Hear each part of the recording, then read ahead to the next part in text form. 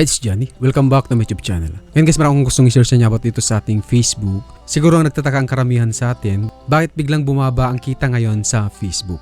Lalo na dun sa ating mga videos na ina-upload. Mula nung January guys, sinimulan na ipatupad ang bagong patakaran ni Facebook, kaya karamihan sa atin biglang bumagsak ang earnings or kita natin. Ano-ano ba yung mga dahilan bakit to bumagsak? Ang binabayaran na lang kasi ngayon ni Facebook guys sa ating mga videos ay mga qualified views. Ibig sabihin pala mayroon tayong mga views na hindi qualified. Paano ba natin makikita dito sa ating video yung mga qualified saka hindi qualified na views? So tingnan natin yung isa nating content. I-click natin tong See Insight and Ads. So mayroon itong total views na 336,111 views. So ibig sabihin sobrang laki ito kung titignan natin. Pero bakit ang kita niya lang dito guys? $2.42. So titignan natin dito sa bandang baba.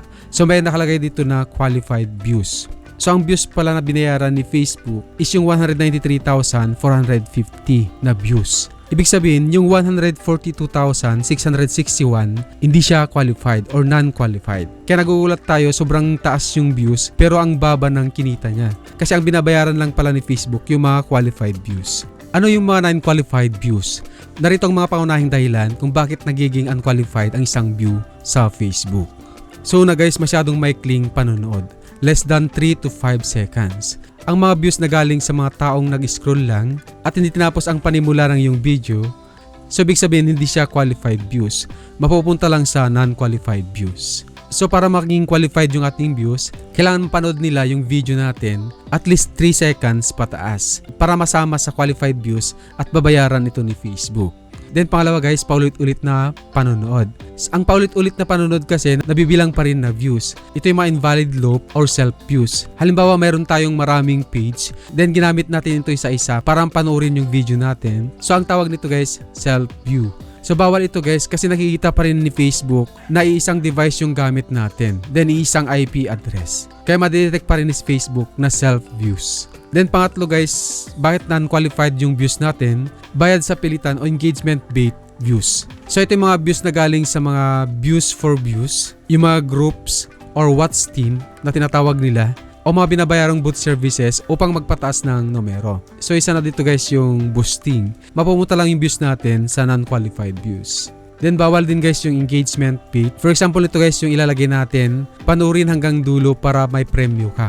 So ang tawag kasi dito guys engagement paid. So hindi rin bibilangin ni Facebook na qualified views, mapumunta lang ito sa non-qualified views. Kasi si Facebook ngayon high-tech na yung ginagamit nilang technology para ma-detect nila yung organic saka non-organic views.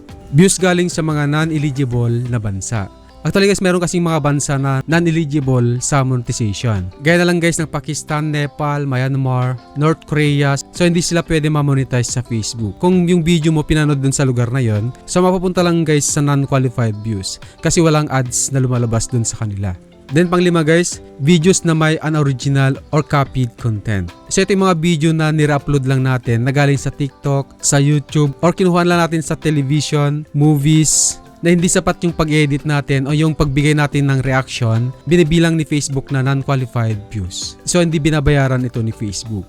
Then pang-anim guys, paggamit ng may copyright na music or licensed music. So ito guys yung mga copyright issue na tinatawag nila. So madalas na na-experience ito ng mga music creators saka music reaction. Kahit milyon-milyon pa nakuha ng video na yon kung may copyright siya. So wag kayong magtaka guys kung walang earnings yung video na yon. Then yung kita kasi nito guys mapupunta dun sa copyright holder.